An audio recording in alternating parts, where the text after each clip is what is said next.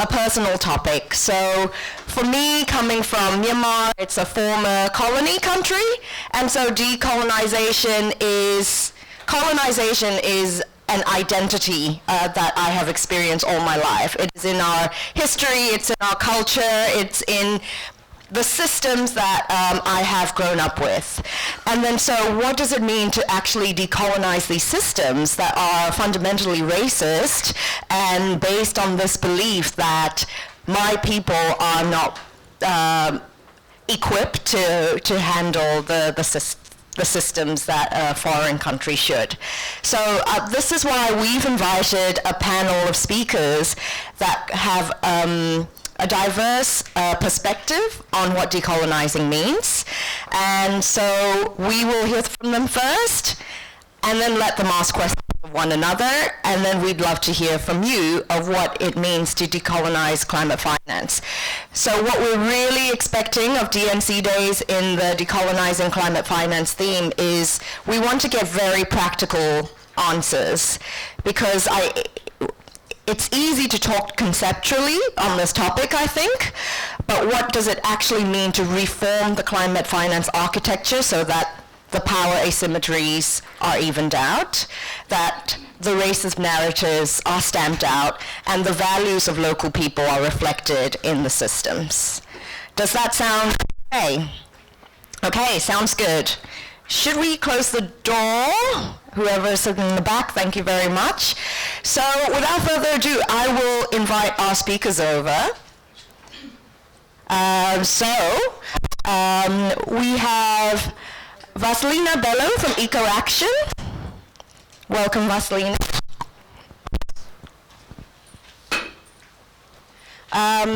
Eileen hello?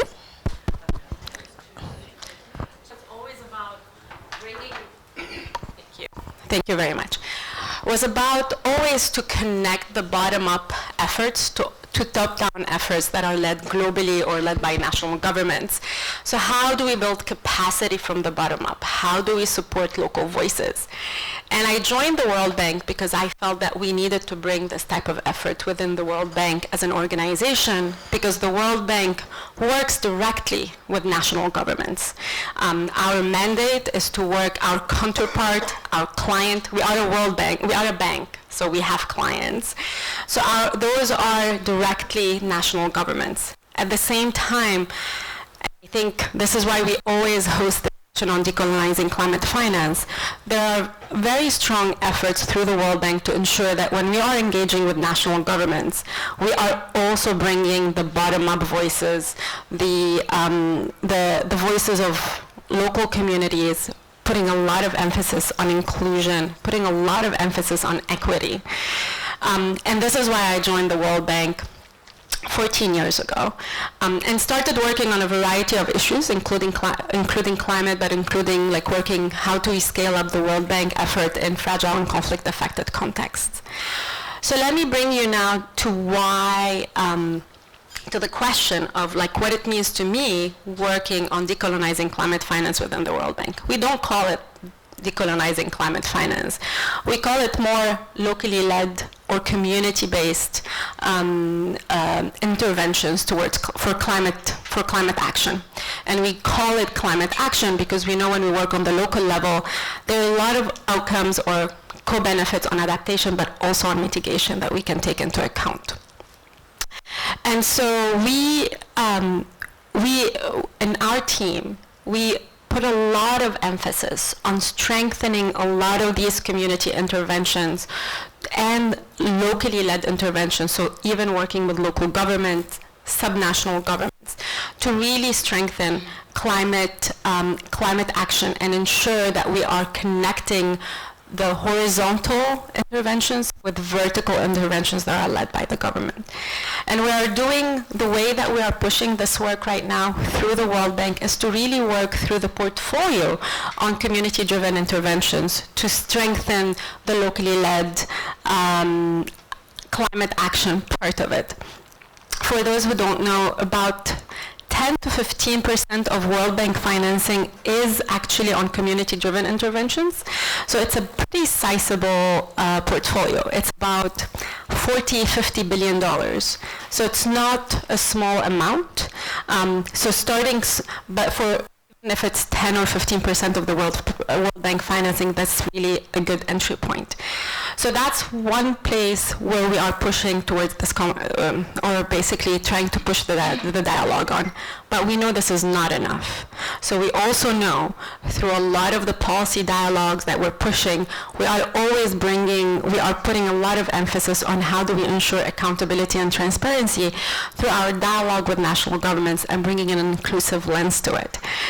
For those who have been following up a little bit of the World Bank publications in the last week at COP, the World Bank had put several publications where we're putting people first and providing different entry points on how do we put communities and local population at the center of global action. So for example, for those who looked at the Adaptation Resilience flagship that the World Bank had put out last week, there was a section on locally led adaptation, because it talks about it's not enough to have sectoral interventions.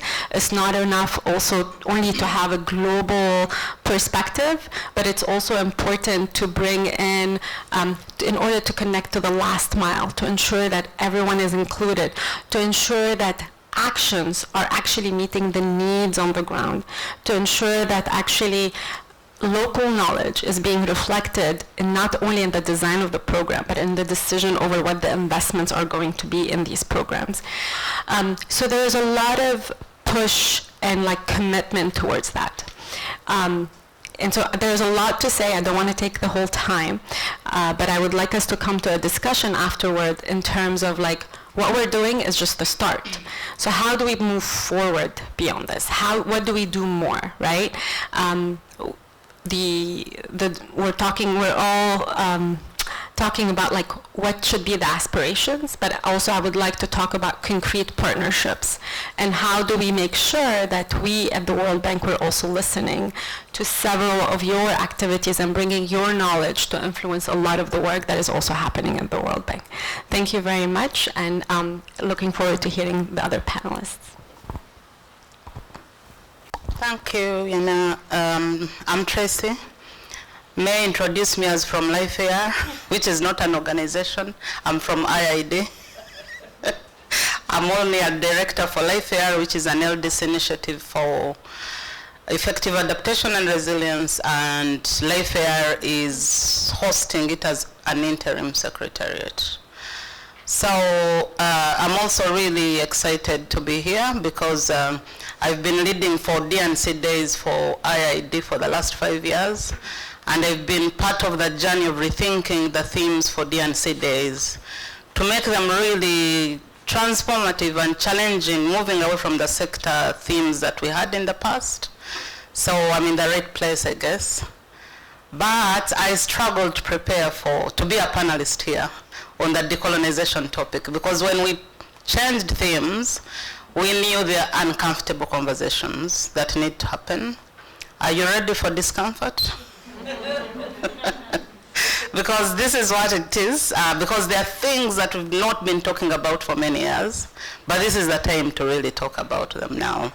So when I was thinking about this topic, I was like, maybe we are starting in the middle. We cannot decolonize climate finance when we've not decolonized other systems. When we start from the money without looking at the whole system, it becomes difficult. I think we need to take a holistic approach on decolonization. I've attended many sessions. We've been doing work at IIED on decolonization. There has always been questions of who should be pushing for decolonization. Is it global north or global south? Who understands decolonization, who doesn't? And it's across the board. We all have different understandings, whether global north, whether global south.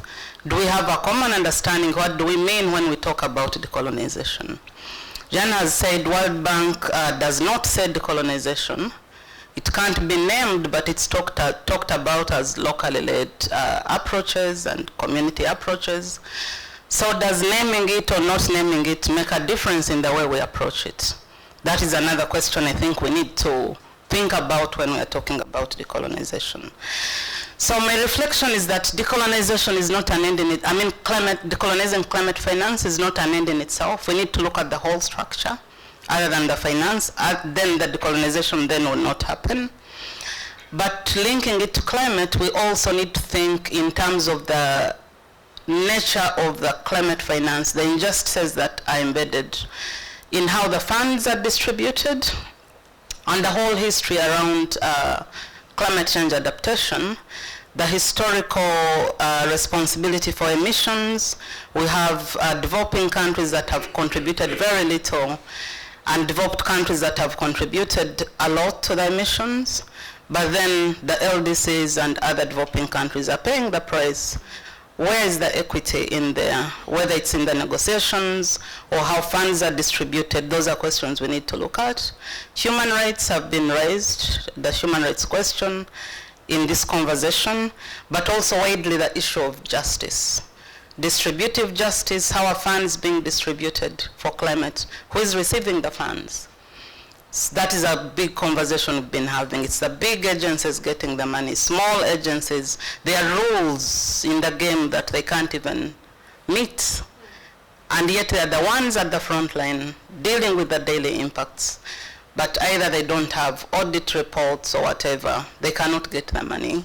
So it's a power thing. The power dynamics really frame the conversation around decolonization. And unless we address that, unless we are able to shift power, it will not happen. We will not decolonize climate finance. Whether it's procedure, who is being represented on the different structures where decisions are being made. I was in a conversation last week on Africa-Europe partnership, and this conversation was going on. And one of the presenters was asking, who is sitting on the world bodies that make decisions for us, and who is making decisions on what should be done? So if others are not on the table, then will decolonization happen? Will power be shared? So those are the questions. How do we bring those that are missing on the table? Most of them are governments have experienced colonization and are still struggling with power dynamics, and yet cannot make decisions that can actually cause transformative change in terms of decolonization.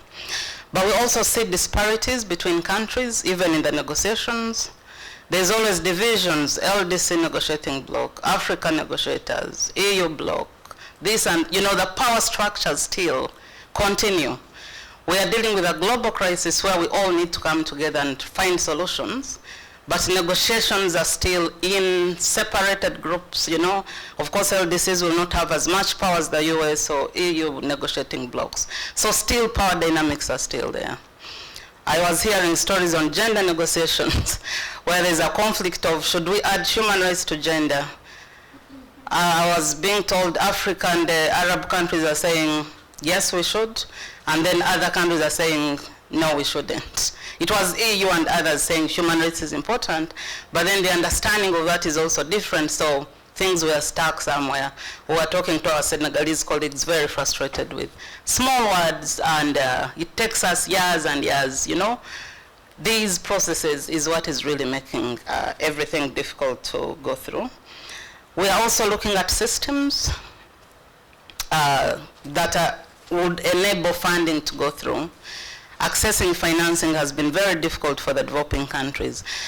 We are still in the modality of overseas development assistance with old colonial legacies of you're supporting your colonies to get some money and solve problems and get out of poverty. But climate is different. We need to move away from the ODA processes to look at transformative ways of how do we get financing faster, how do we address this crisis. But if we go into the power, I'm giving you the money, you're a recipient. If you don't have this, you don't get it. If you don't spend it, I'm taking it away. And the crisis is not going away. It's long term. We are doing short-term projectized projects instead of planning for the long term because you can't control the money. And these are some of the things that Life Here is trying to address, though we also don't call it decolonization. It's the power imbalances in there. But these are the issues that we are trying to address. We've seen a shift More focus has been on mitigation, less than adaptation, where most of the colonized countries fall into the adaptation trap, not having enough. But for once, the IPCC report recognized, the sixth assessment report recognized that colonization is one of those things that might increase vulnerability for the first time in 30 years. So that's a step possibly, but the question is anything going to be done about it? That's something we need to talk about. And just to conclude, not to take a lot of time, we cannot talk about decolonizing climate finance and forget the historical imbalances that have happened. It's a fact. We might deny it, we might accept it, but we cannot separate the conversation from that. And if we do and think we can all move together at the same pace, then we won't achieve much. But then the other thing I also have to mention is that the blame game also needs to end because it's not taking us anywhere. That's the point of partnership that Jan has mentioned as well. How do we come together to look at mutually ways of working, global north, global south, find solutions together and accept that there are imbalances and move forward. Otherwise, we are going to be trapped in blaming and getting annoyed and nothing will work. Thank you.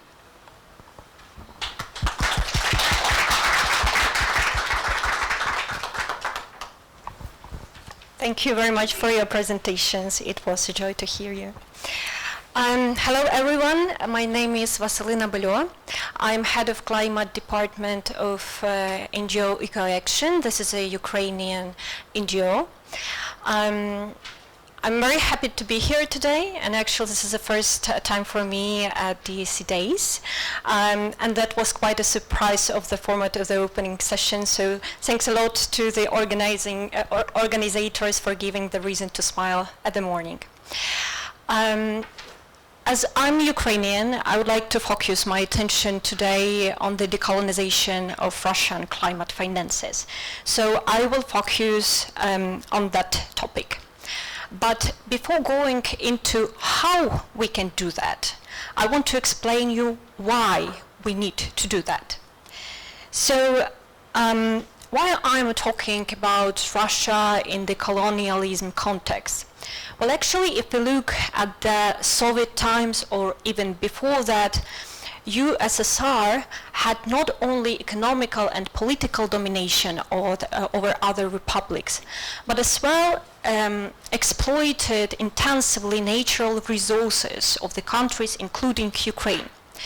For example, you could have heard often about such region as Donbass in Ukraine. That was a region which was full of coal.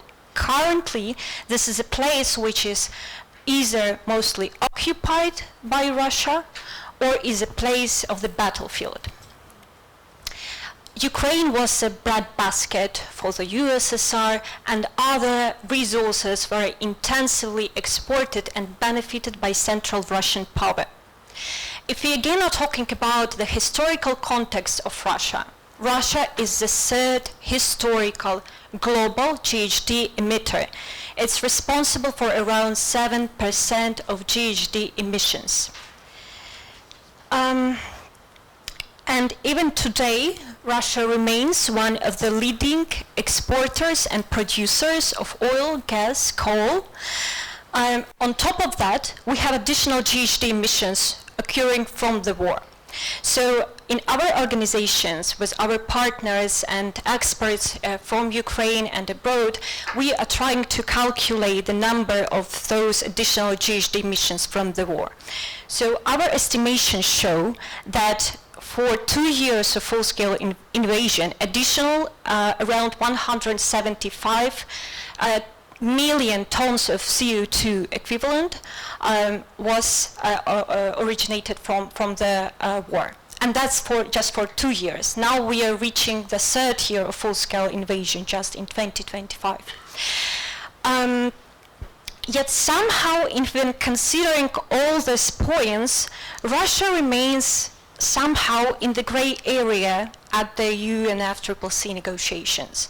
So you would rarely find Russia among those countries who are claimed to pay for climate crisis.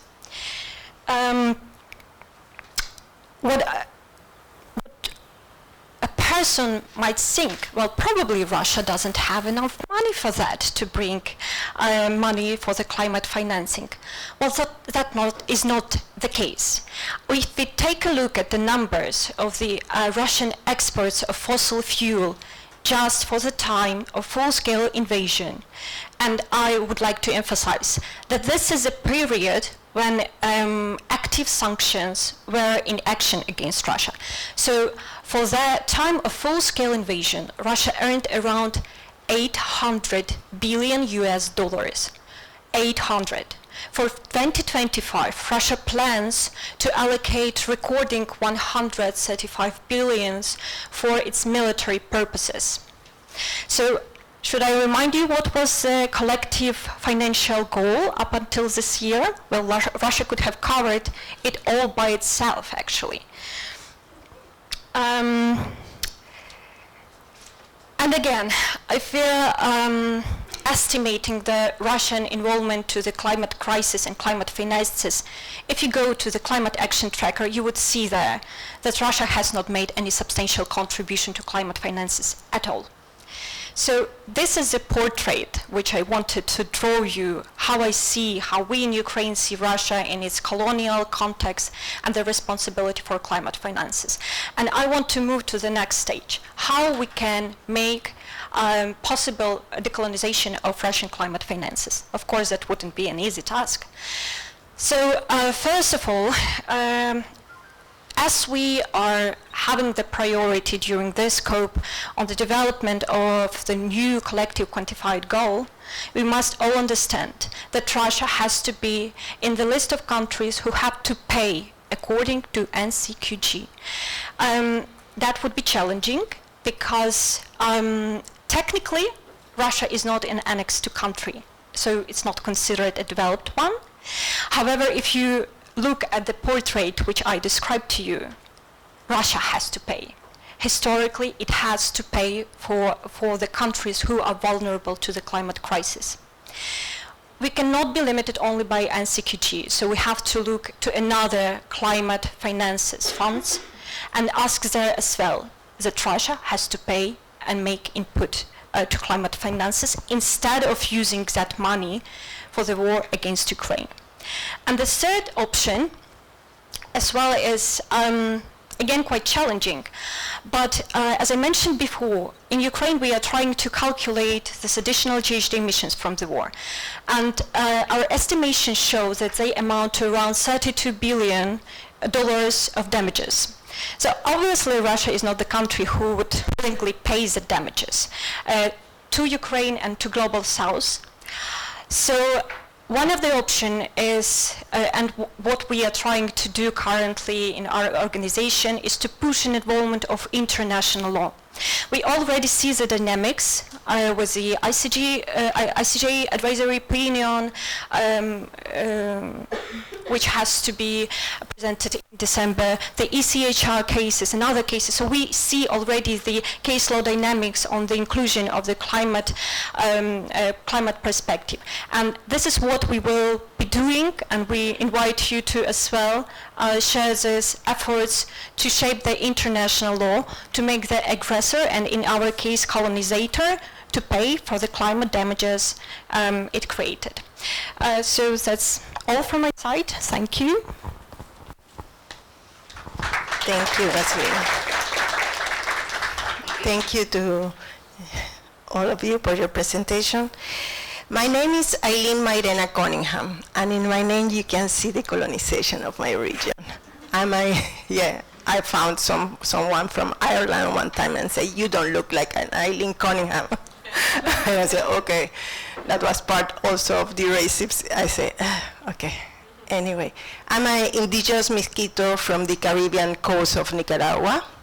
I work in the Center for the Autonomy and Development of Indigenous People. That is an organization that is it's a national organization, but we also do regional work in Latin America, and we are part of a global partnership of indigenous organizations. And I'm that global partner. I'm one of the advocacy people that work in climate finance. So when we talk about decolonized climate finance, we see that in our communities, at least, all these ideas of colonization came from the religion, from the governance system, that they always think we came here to help you, to like a way of to support you because you are not capable of live or save us. Even they say save us in some cases. So colonization for us has been really difficult in my communities. We were part of a British colony for a lot of years, and then after that we were annexed to the country, to Nicaragua. So has been part also of my history. And for indigenous people, I think when we talk about decolonize, we were thinking about that we are not here to be safe, because we also have knowledge, we also have expertise, and we talk more about decolonize should be include the recognition of our rights. Our right to the self-determination. That means we have the capacity to define how we want the self-development of indigenous people in our lands and our territories. And also to recognize that we have governance system, and most of the development program came and defined another system because they think that is the right one. Even in the communities, they are already process of how to take decisions. And it's important in decolonization to include the lives expertise of indigenous people. So when we talk about decolonized climate finance, we say climate finance should be not seen like an aid, should be not seen like charity for indigenous people or other groups, and should be based in reparations. And to do the rightful process. And also, because this is some long overdue that we all, the community that we had been under colonized process, are asking. And when we see, and I think Tracy, you put it very clear about this colonial legacy in climate finance, and we can see all this very difficult process to access to the funds. And I follow the Green Climate Fund very closely, and I can see that it's impossible for communities to have access, and we always have to do it through intermediaries, and most of these intermediaries also work with this colonial idea that we are incapable of manage the funds, that we are not accountable, that we cannot be accountable, that we cannot be transparent in all this process. And the reality also show different examples. The problem of all this idea in climate finance is they don't want to see the expertise of other examples of indigenous people-led funds that are around the world, and they are just focused on these donor priorities and not the priorities of the people that are receiving the funds. So I think one of the other issues about decolonized climate finance is acknowledge the responsibility. Who have the responsibility for the climate crisis? So again, this is a long-term discussion in the UNFCCC, and that's why we still don't have a official concept of what is climate finance, because the countries that have the money, they don't want to recognize that that responsibility of the climate finance. The other thing that we see that is important to decolonize climate finance is center in all this process the leadership of indigenous people, of other groups that are involved in this process, because we have capacity, we have knowledge, we have shown in our lands territories that we have been living in a more sustainable way than other groups. And also, as Tracy said, this is not only to reform the financial mechanism system. It's very difficult, I think, but it's around reform the entire system and change also that that idea of donor focus, prioritize the donor, we talk a lot about the accountability of people that are receiving the fund, but we never, as community-based organization, we cannot ask to the World Bank or any organization what are they doing in this part of the flow of the funding that we don't see. So how also look the accountability the other way. And some practical steps that we have been discussed about decolonized climate finance. Well, one of the first one we say we should prioritize, or the one who have the money have to prioritize direct access to the fund to the indigenous people. And as I said, there are examples that are working, that is indigenous-led funds around the world, and we count at around 60 indigenous-led funds. They are doing the process in a more creative way of doing grant making. And the other is promote the governance of indigenous people in the entire system of all these financial mechanisms, and stop thinking just in a project-based institutional support, because this is limited. That don't create also the capacities in the community. And also, we always discuss and we always rate the importance of embrace an intercultural dialogue where indigenous people, donors, could be part of the process, could be here also. It's not a learning process that only indigenous have to learn. It's also a process that those founders have to learn of the things that we are doing and how we are doing and how we think should be done. And of course, we also say that we are tired of being called the vulnerable, the beneficiaries, and we have enough capacity to be partners in the entire process. That's from my side. Thank you.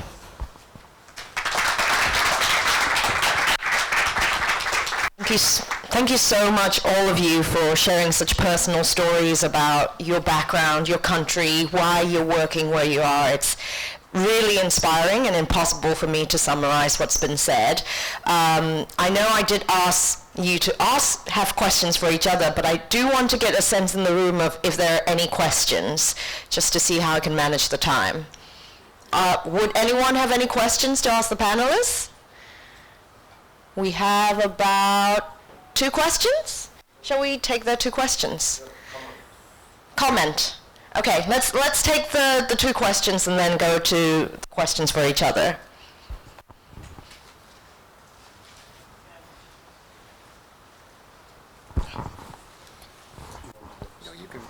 So good morning, everyone. My name is Satish Kumar. I am with the Ethiopian National Delegation, but I am speaking on behalf of myself today. I just wanted to bring to you statistics. So, you know, we had the NDC2s, second NDC and 5 years, and then we are going into the third one, and then everybody are asking for ambition, ambitious NDC3, but at least in our case, the NDC2, as you know, in most of LDCs and African countries, it is incumbent on it is conditional. So we had asked for $300 billion in the last 5 years to actually implement our NDCs.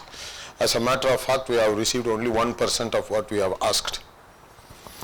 And then that's one statistic. So the second one is that, of course, we all know that we have breached the 1.5 degree centigrade threshold at least 4 times this year, and then I think we are not going, it's highly unlikely that we are not going to keep that on the other hand. And the third one is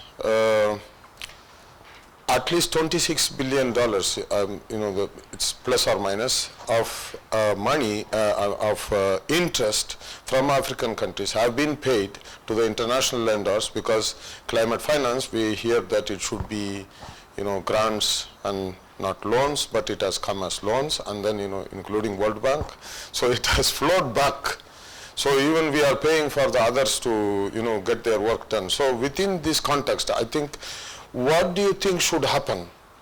Where can we, you know, intervene? Because this is COP29, and then I think, okay, what can we do? I think in order to decolonize the climate finance. Will it happen or will it not happen? I mean, because 1.5 threshold is passed, then we may pass the 2, and then I don't know. So to the panelists, I think what should happen? What should we be doing? Thank you. Thanks everyone, and thanks for the great discussions. I'm going to pose a question, well, 2 questions. One though, controversial. Is decolonizing climate finance actually fit for purpose? Because I come from a country that was colonized for 900 years, is still partially colonized, but holds historic responsibilities for climate emissions. So therefore it's easy for my government to say we're not part of the colonial experience. So therefore it's problematic in that. And I think you take like the US, Canada, you have other big high-hitting emitters who weren't necessarily colonizers in the colonizing sense of other colleagues around the table. So it allows Ireland off the hook, because where do we sit? We are still colonized. So it's that sort of question that we have to consider, like, because language matters sometimes. I know there's a broader sense of decolonizing it, and it is about power imbalances, but it can immediately turn people off. So I think it's interesting to hear that. The other is, yesterday I heard a figure that 2.4% of multilateral climate finance is focused on child-relevant climate actions. That can only increase if children are in the room and if children are discussed. So as we decolonize climate finance, to use a term I don't like, how do we ensure children are involved in the process? How at national and local level do we ensure that children have a voice in these discussions and are heard as one of the most vulnerable populations? I'm gonna, yeah. Questions popping up, so let's take these 2 first, and then we'll go also into discussion so we can talk more. Would anyone like to respond? I can. Do you want to go first? My name keeps falling off. I don't know what's the sign of that. Sorry, just a second. I want to start by this last one. So I said my name is Jana Al-Haram. It's Arabic. I'm from Lebanon. So we were colonized by the French. We don't call it colonization. We call it a mandate. I don't know, different name. But here's a funny story for you. A couple, like I can't remember. I think I was still an undergrad, and I had a French professor, and I was telling him, I'm like how angry I am that the French colonized Lebanon. They call it a mandate because they want to lessen it up. And then I went on and talking about like what the French did. And then I was counting something, and I can only count in French because I went to a French school and I'm French educated. And so somehow my brain is, so he heard me start counting and I counted in French, and he said, and here's the stamp of colonization. You can fight it as much as you want, but you count in French. What I want to say is words matter, as you said, right? Words really matter. And when I was speaking, I wasn't saying like, oh, we don't call it at the World Bank decolonizing climate finance because like we hate the word. It's not about that. It's about how can we call it in a way that we can have more partnerships around a discussion rather than pointing the finger. And I have this thing, if you all point a finger somewhere, and if you look, the 3 other fingers are pointing towards you. So this is why I always try to find a sentence or a way or a concept that we can bring more people around the discussion.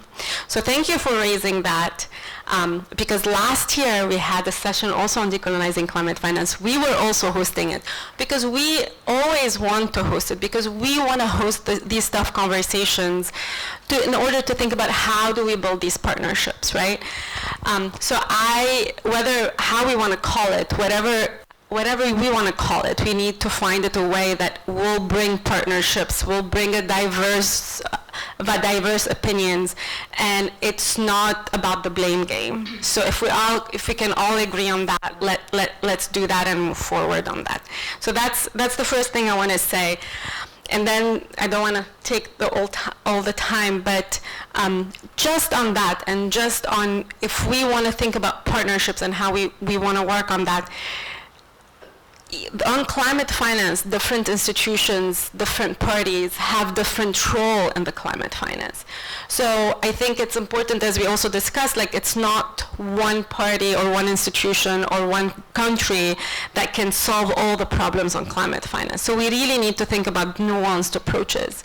And so this is why, like, I can speak only from the side of the World Bank. I cannot even speak in the name of other multilaterals, right?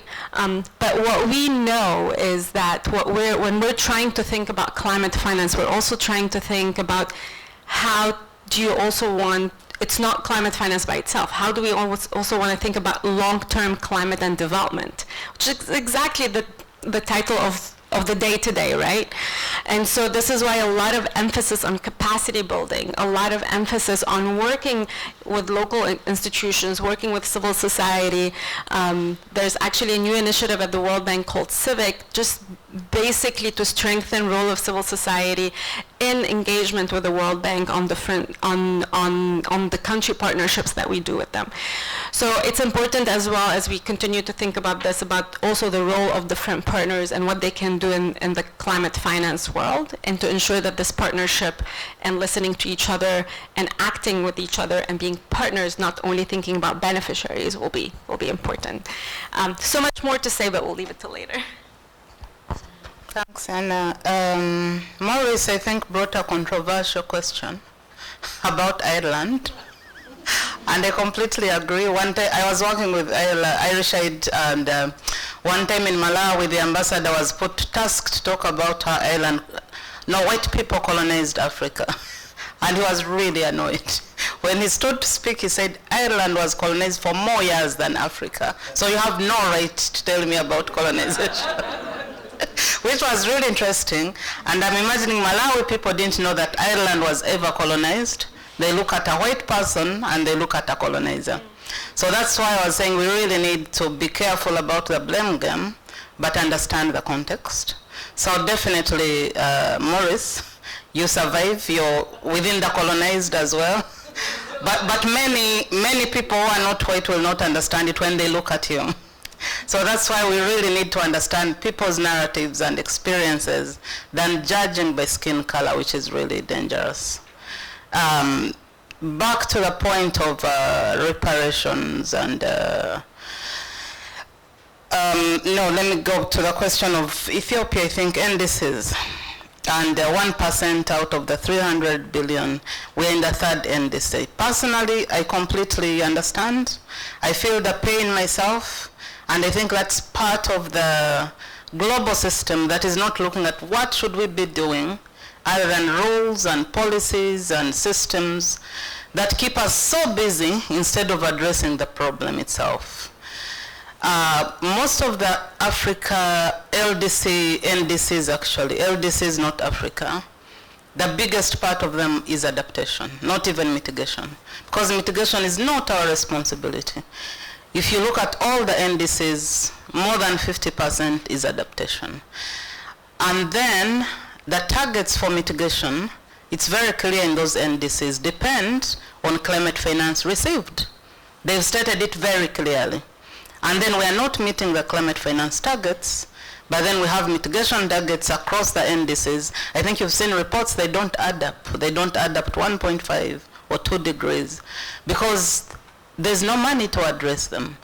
But what is really frustrating is we keep revising. We need one version, then the second one, the third one. None of them have been funded.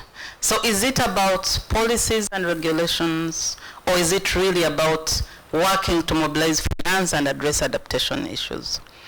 So it's dead. Can you hear me? Yes, I can hear you.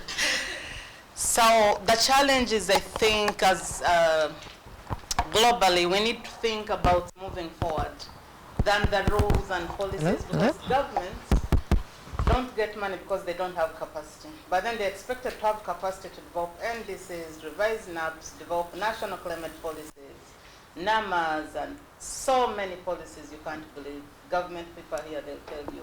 So the whole year will go when they are doing policies and regulations, and then they are accounting for the 1% they received instead of doing the work. So how do we simplify systems? one of the panelists talked about the intermediaries and all the work that's needed within that. We are also talking about it in Life AR. The cost of intermediation, my God, is so, so high. So that's why we really need a conversation around partnerships. Can we have more trust?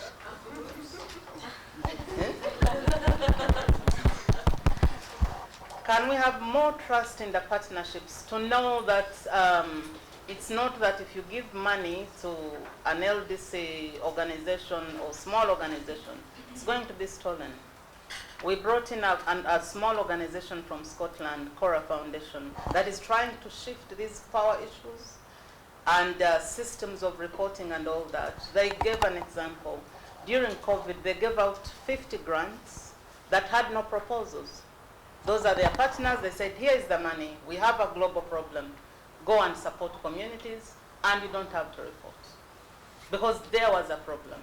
And after 6 months, 90% of those who received the money voluntarily reported. So that is the kind of trust that they are trying to test.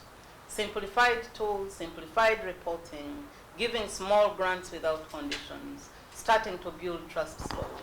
Can we do that? So that is the big, big problem. That is not there. And I'll also comment on the issue of loans that has been coming up a lot. The recent report, OECD report, gives figures of 67% of climate finance has been loans and only 12% intercessional. And we all know that developing countries are sinking in debt, debts for infrastructure, for health, for education, and then you're borrowing to address adaptation. Possibly we need to look at structures. Are there countries whose economies can be able to manage some of the concession loans? Are there those that are not able, where public finance is needed? Different mechanisms of channeling finance so that incrementally, possibly at one point, countries will be able to afford loans. The funding is not enough. The loans, yes, are necessary, but who is getting the loan, and can they, at what cost are they getting the loan? I think these are all things that are still work in progress. Want to see. I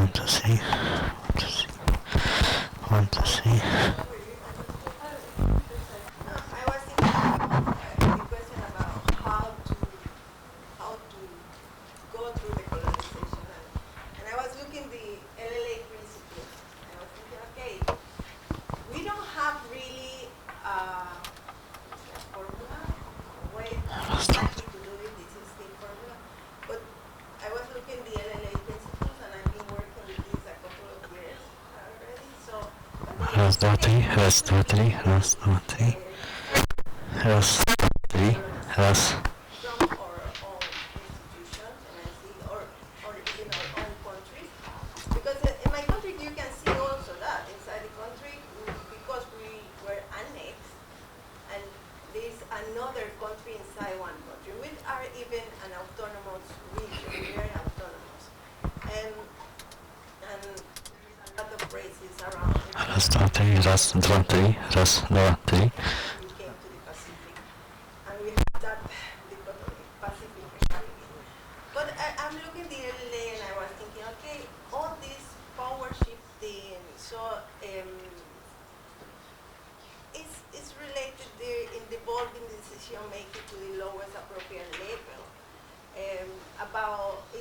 Talk about flexibility also, and the accountability to community. So I know one of the big challenges in the day is how we translate this to our actions in our communities. But I think this is a base that maybe we can really put an eye on this and try to work on it, implement things with these values. Yeah, I can hear better now, but what I'd really like to know is there anything missing from those principles to do that? I think one of the things that we have been discussed from the indigenous people's position is in the LLA, it's great, we like it, but there is still some, I think that depends on the context. At least for indigenous people, we should not be only naming one of the principles. we also think it's important to be naming others, because there is a specific one who say indigenous people. But in general, I think the challenge is how we translate this to real actions in our organizations. And I think there is more than 130 organizations that have endorsed the LLA, but what are they doing, or how are they doing it? That's something that it's good to learn. And the other thing it was how we include other groups like children, that was the question here. And I think that also came to this vision of holistic decolonization that Tracy said at the beginning. And I think that's also a view that indigenous people have in every single work that we do. We're not thinking just about indigenous people. It's our base because we have collective rights, but then we know that inside our group there are women, there are people with disability, there are children, and we bring all these other groups that are more vulnerable in our communities to the agenda. And I know it's more difficult to bring children here, but I think advocacy have to do also have a lot of weight in our national context. But that's all. Thank you. Okay, I know there are a lot of comments, and I know that the microphones no longer work, so we do need to send you guys out. Would you like to come in with one last comment, and then let's break it down into breakout discussions. Everyone okay? Okay, go for it. Yeah, I will do it very quickly. So on the question, what should we do? Well, actually, a very complicated question. There's no simple answer, that's for sure. But I want to second what was already said. There is no silver bullet to all the challenges we are currently facing. So from my perspective, I don't know the strongest tool rather than the partnership. So we have to build partnerships on different levels with different institutions. That's what within our powers. That's what within our reach. And the other thought what I had about the civil society involvement and the specific involvement of youth, they are a crucial part of what we are doing right now. They bring new perspective. They don't have limitations, boundaries we usually have. So it's crucial to involve them in the process. What can be done about that? Well, in Ukraine, there were different stages. And the first stage was to criticize with arguments that youth have to be involved in decision-making process. And we already have certain results. We have the launch of the Youth Advisory Council within the Environmental Ministry. So my point of view here with the youth involvement is that we should start at the local level with our governments. Again, build partnerships there. They go here, build partnerships here with involvement of every stakeholder we have. Okay, that is a very good note to end on before we go into breakouts. I think let's discuss a very practical focus. Let's have a very practical focus discussion on what can we actually do now. There have been a lot of examples given already. There are partnerships where you have been involved. Tracy, sorry to interrupt. I just wanted to know that you have 6 minutes till the session ends. So then we are going to have a lunch break. So that please let everyone know. Okay. Thank you very much.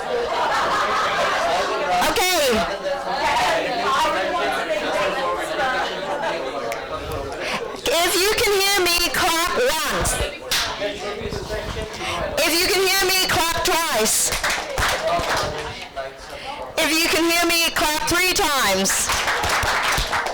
Okay, thanks everyone. It seems like a really animated discussion, so I can't wait to hear what you've all been discussing. Can we have, for the sake of also for my benefit, because I need to do the keynote summary in the end, I would like 2 very good points that have come out of your tables, and then we'll go around in a circle. Okay, who would like to go from this table? We've empowered the men to be note takers. We felt we needed empowering.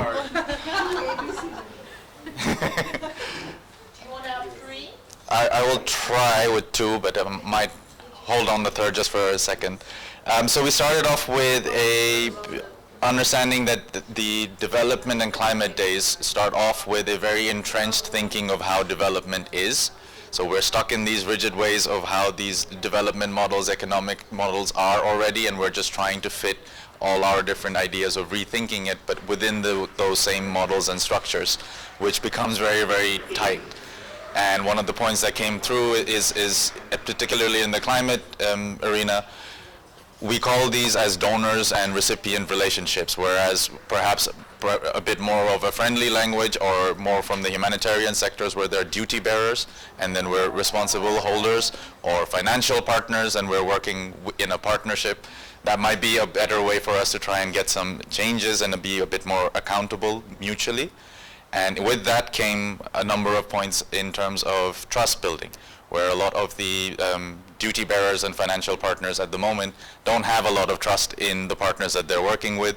And if the local partners do speak up or make those sorts of claims, any pushback that you give makes you a pariah. You're the one that's too vocal, or you're the one that's being too difficult, and you're not a partner that we can work with. But then again, that doesn't give us any chances to really change the model or tackle these sorts of established models of elitist thinking and development sectors that we have at the moment. I will defer to my table. Anything left to cover pertinent? I'm giving nods, so I'm going to hand back the mic. This table over here. Thank you.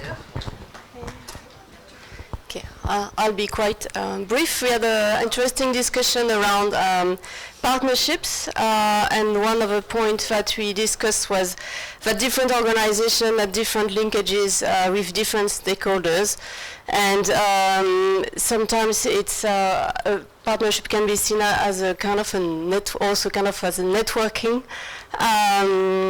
idea where we can connect with one organization to be connected to another, and by discussing with each other we can find like better partners for our project or to move in with our initiatives. So that was one of the points. We also discussed the need for flexibility in donor requirements to be conscious that sometimes a project has different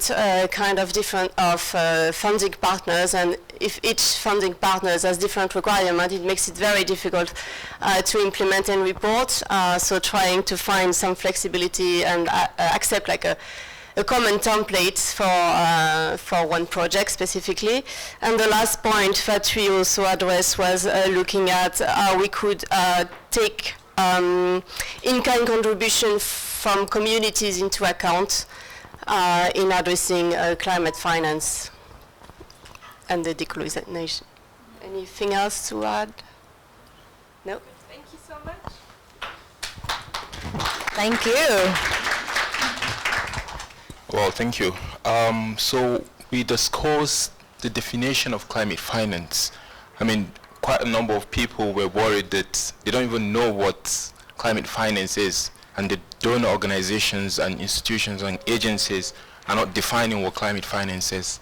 And the most important thing here again is beyond the financing, how are these donors or providers providing capacity building for the receivers or the beneficiaries?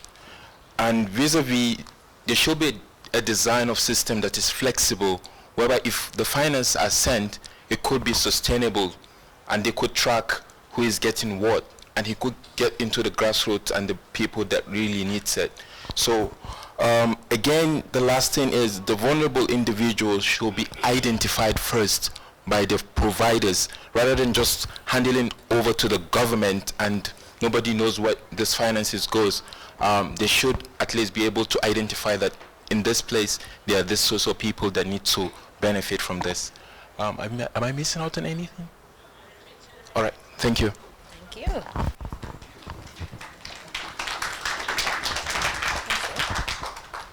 Thanks, May.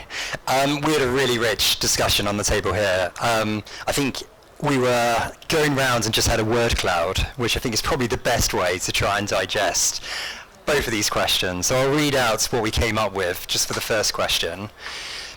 Responsible, accountable, in terms of what decolonising climate finance means for us personally and organisations.